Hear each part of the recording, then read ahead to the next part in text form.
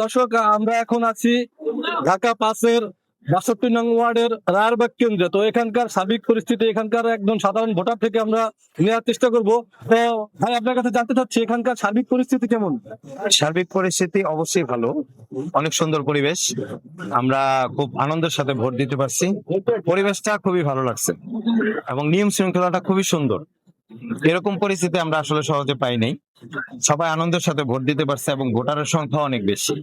সবাই মোটামুটি ভালোভাবে আসতে পারছে, বয়স্ক লোকজন, আমাদের যারা তরুণ ভোটার, ওরাও খুব ভালোভাবে আসছে এবং ভোট দিতে পারছে। এই জিনিসটা খুব আনন্দ লাগতেছে। আর ভোট মানেই তো একটা আনন্দের বিষয়। বিষয় হচ্ছে এই নির্বাচনে আমরা যতটুকু পরিবেশ দেখলাম, এর আগে আমরা ভোট দিয়েছি, অনেক নির্বাচন দেখেছি, তবে এখনকার যে পরিস্থিতিটা, এটা খুবই ভালো লাগছে আমাদের কাছে।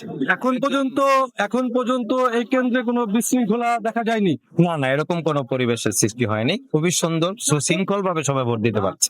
আমি একজন নাগরিক হিসাবে এবং আমি একজন ভোটার হিসাবে যা দেখেছি, খুবই ভালো, খুবই সুন্দর পরিবেশ। ধন্যবাদ আপনাকে। অনেক অনেক ধন্যবাদ আপনাদেরকে, ভালো থাকবেন।